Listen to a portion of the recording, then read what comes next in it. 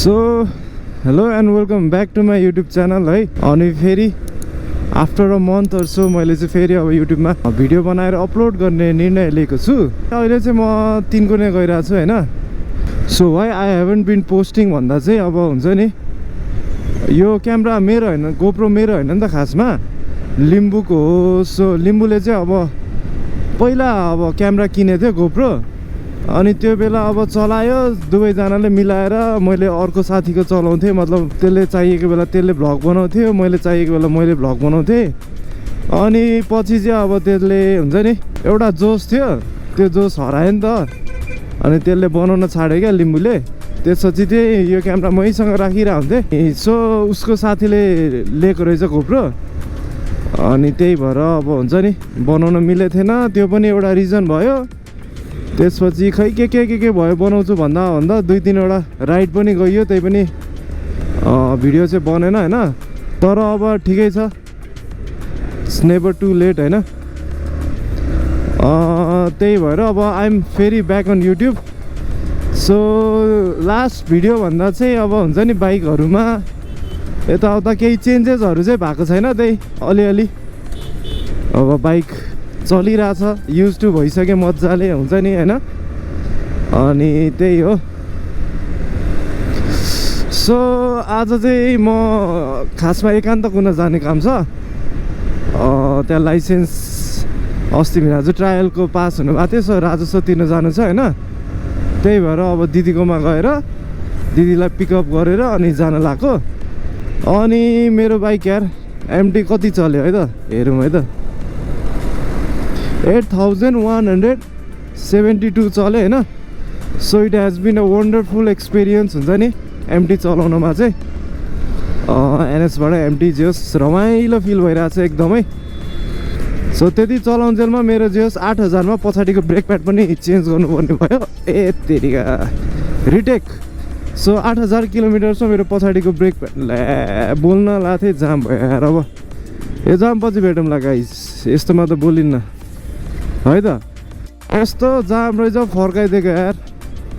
अब यताबाट जाने बाटो त होला, तर म यता यताबाट माथिबाट जान्छु यार। थाहा नै नभएकोबाट हराइयो भने त तनाव पो हुन्छ त फेरि। सो यहाँबाट चट्ट माथि जम। अनि मेरो यो ब्रेक प्याड चाहिँ के भन्छ 8000 जस्तो किलोमिटर चल्यो होइन। अनि ब्रेक प्याड चाहिँ फुल्ली त्यो घिसिसक्यो क्या, बाँकी नै छैन। सो चेन्ज गर्ने भन्दै जे सब बसिरहेको छु। यो FG25 MT अनि V3हरूको चाहिँ के छ भन्दाखेरि पछाडिको ब्रेक प्याड 2500देखि 2700 पर्छ क्या ओरिजिनलको जेन्युन पार्टको। सो अब एउटा ब्रेक प्याडमा अब अगाडिको ब्रेक भइदियो भने हुन्छ नि, लाइक अब ब्रेकमा कम्प्रोमाइज नगरौँ भन्ने हुन्थ्यो। पछाडिको ब्रेक हो, बाहिरको लोकल मेड पार्ट राम्रै खालको हालौँ भनेर सोचिरहेको छु।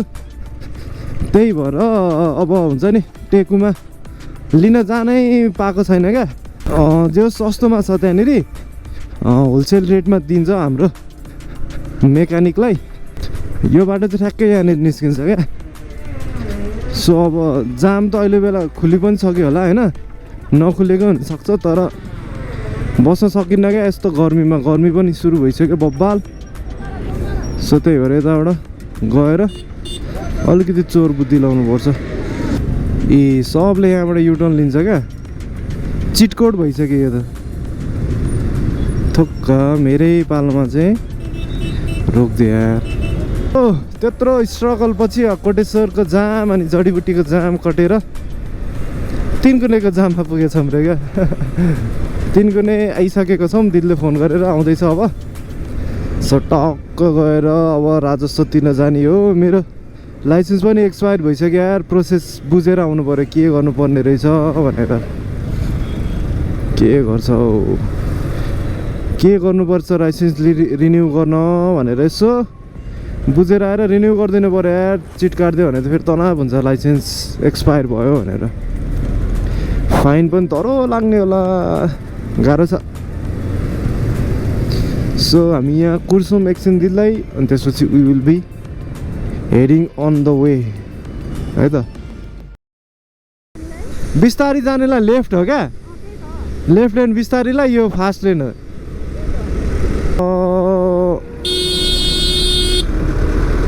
के साह्रो पेलेको हौ हामी त मान्छे होइन जस्तो एमडी त छ्यासछ्यास्तै हुन थालिसक्यो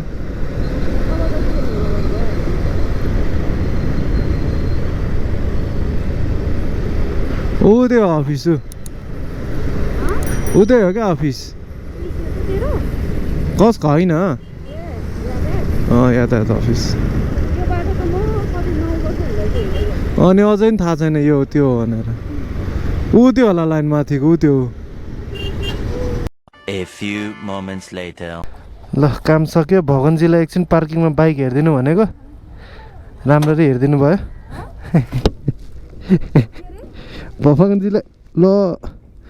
भगनजीलाई एकछिन राम्ररी बाइक हेरिदिनु भनेको हेरिदिनु भयो भनेको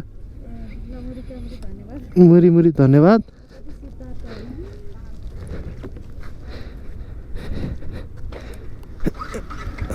ल बस ऊ तातो भयो सिट चाक पोल्यो बस भयो टाकुन टुकुन काम सक्यो अब यहाँबाट हामी घर जाने खाना खाने अनि यसो म निस्किन्छु फेरि त्यही हो अब के हुन्छ हेर्दै जाउँ है त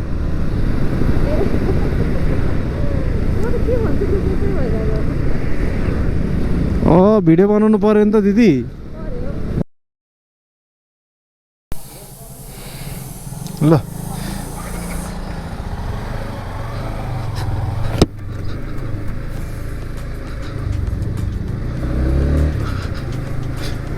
खाना खाएको टनाटन भयो मा कसम यस्तो भोक लागिरहेको थियो होइन भात मिठो लाग्ने क्या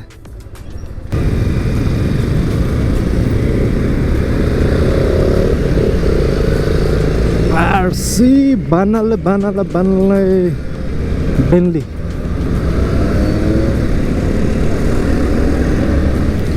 हाम्रो त BS6 हो साउन्ड पनि आउँदैन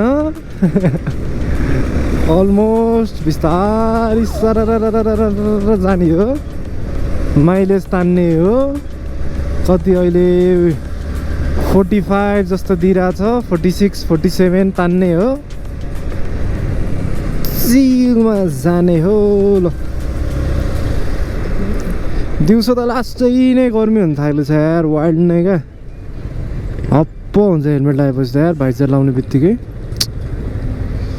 हाफ प्यान्ट लाएर हिँड्ने बेला भइसक्यो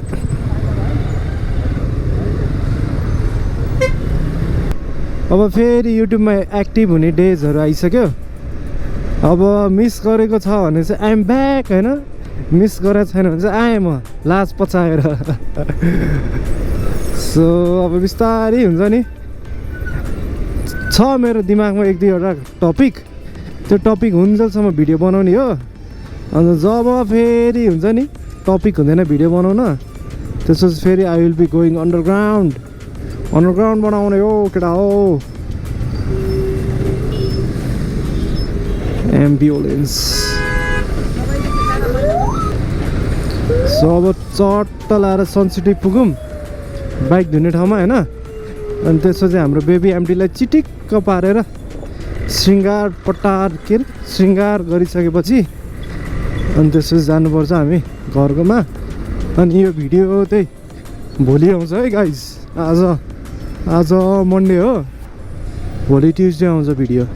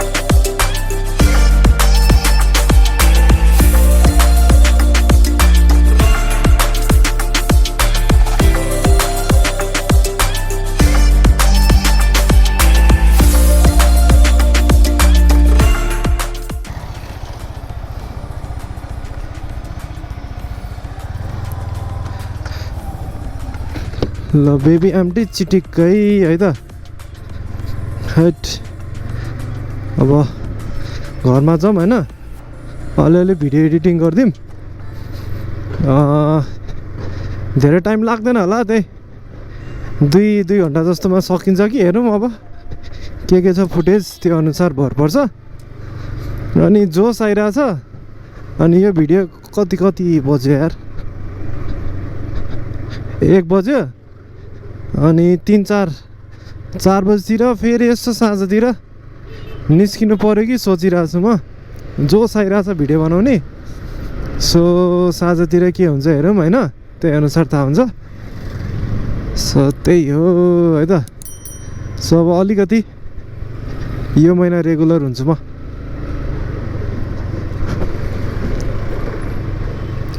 so this was for today है hope you guys like the video अनि अब कस्तो पेलेर आउँछ यार so guys see you in the next video है त until then bye bye bye bye bye